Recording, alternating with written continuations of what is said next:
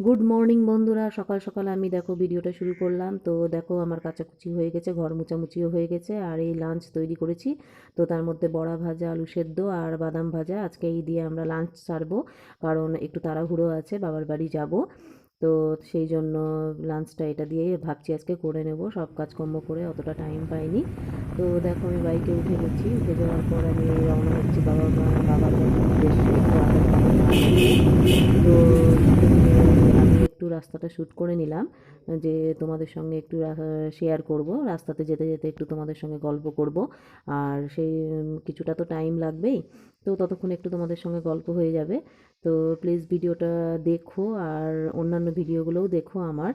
আর ভালো লাগতে গেলে অবশ্যই কমেন্ট সেকশানে জানিও, আর না ভালো লাগলে তবুও জানিও, আর কি ভুলভ্রান্তি হচ্ছে না হচ্ছে আমাকে প্লিজ তোমরা একটু জানিও। তো দেখো আমি মোটামুটি কাছাকাছি চলে এসেছি, মোটামুটি 20 মিনিট আমার লাগে যেতে। যদি রাস্তা মোটামুটি ফাঁকা থাকে তো খুব একটা জ্যাম হয় না। তো এই যে দেখো ব্রিজের উপর থেকেও আমি একটুখানি শ্যুট করেছি। তো এ পারটা হচ্ছে ওরমালদা আর ও পারটা হচ্ছে মালদা, আর মাঝখান দিয়ে চলে গেছে মহানন্দা নদী। তো খুব সুন্দর লাগে এই জায়গাটা দিয়ে যখন আমি যাই। তো তাই আমি একটু শ্যুট করে নিলাম, যে তোমাদেরকেও একটু দেখাই এপার ওপার দুপারটাই।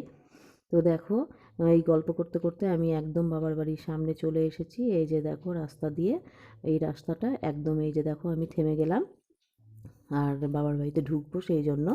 তো এবার বাবার বাড়ির কাজকর্ম সেরে সুরে আমি বাড়ি চলে এসেছি। তো বাড়িতে মোটামুটি সন্ধ্যা লেগে গেল, আর বাড়িতে এসেও একটু কাজকর্ম ছিল, একটু ঝাড়ঝাঁটা দিলাম। আর জামা কাপড়গুলো যেগুলো মেলে গেছিলাম সব উঠিয়ে নিয়ে একটু গুছালাম। তো সন্ধ্যাবেলা আর কিছু খেতে ইচ্ছা করলো না, আর মেয়েও বললো যে না আমি আর কিছু খাবো না। তো ভাবলাম যে সন্ধ্যাবেলাটা আর কী করি, তো ভাজা মশলা একদম শেষ হয়ে গেছিলো। তো ভাবলাম যে ভাজা মশলাটা আমি তৈরি করেই রাখি। তো আজ আর সেরকম কিছু ভিডিও, রান্নার ভিডিও তো করিনি, তাই এটাই একটু তোমাদের সঙ্গে শেয়ার করলাম। তো সেইভাবে হিসেব করে আমি কিছু মশলা আনিনি। তো 100 থেকে 150 গ্রাম আমি ধনে নিয়েছি, আর 100 গ্রাম মতন আমি মৌরি নিয়েছি, আর নিয়েছি 15 থেকে 16টা শুকনো লঙ্কা, আর নিয়েছি আমি একটুখানি গোলমরিচ, আর এই যে দেখো কিছুটা গোটা গরম মশলা, দারচিনি, লবঙ্গ আর এলাচ, এই কটা আমি নিয়ে নিয়েছি।